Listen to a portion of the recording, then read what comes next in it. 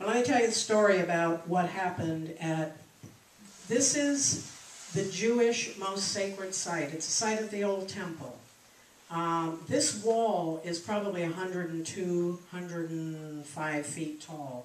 This is the bottom of the temple.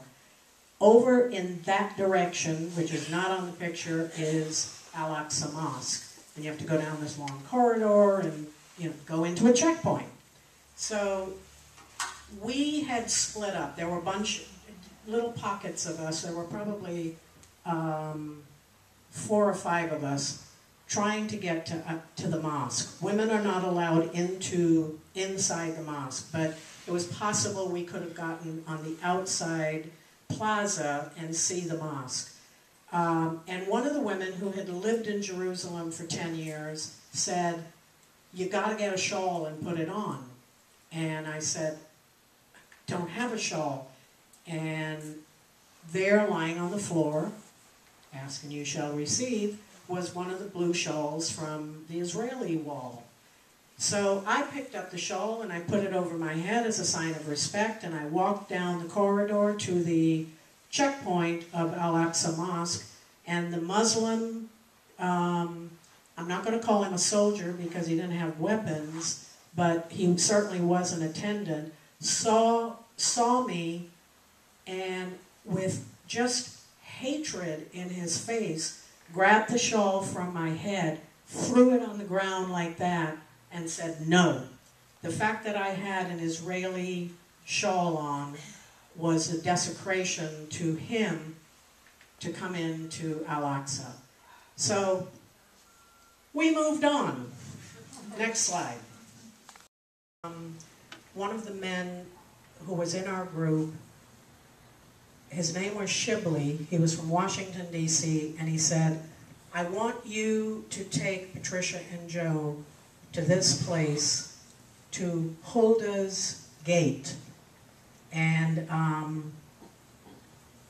this area in here is like 27 football fields. It is a huge, huge area. So Shibli caught up with us and he said, "Okay, Shahabuddin said you're supposed to go to Hulda's Gate." And I said, "Who's Hulda and why?" And he said, "You'll figure it out when you get there." And there are 15 women listed as prophets in the Bible. 6 of them in the Old Testament. Hulda is one of them. She was a contemporary of the prophet Jeremiah. She advised the king. She never sugarcoated her predictions, spoke her truth, and was not impressed with men, with their power, or with their titles. This area is Hulda's Gate. As I said, we're talking about, let's go to the next slide. We're talking about, here's the wall. We're talking 120 feet or so up here. And that's Patricia talking, communicating, meditating, reflecting at that gate. This is where Hulda held court. And the women would come to her and she would give them her predictions, her prophecies. And the king would send his men to ask her questions as well. And she would just sit there at the edge of the gate and just in meditation. And I just had my forehead on the rocks because I just wanted to feel the energy of that place. And it felt incredibly vast. That's mostly what I got, just this huge, she was a seer to me beyond seers. And I also had the impression, I still haven't been able to confirm this or not, that she might have been physically blind, but she had vision. Her name has been translated as weasel, and most people would have a negative connotation of weasel, but the weasel is one who burrows and goes under and gets pulls information from the depths of the underground. And needless to say, we've been researching Hulda since we returned here, and Shahabani normally has some insight as to why he sends people or does things. Let's go to the next slide, Patricia. This slab here is about, I don't know, 7 feet long. It is not that color. It's more of a pink-colored marble. And it is allegedly the slab that Jesus was placed upon after the crucifixion and laid on this slab and prepared for burial.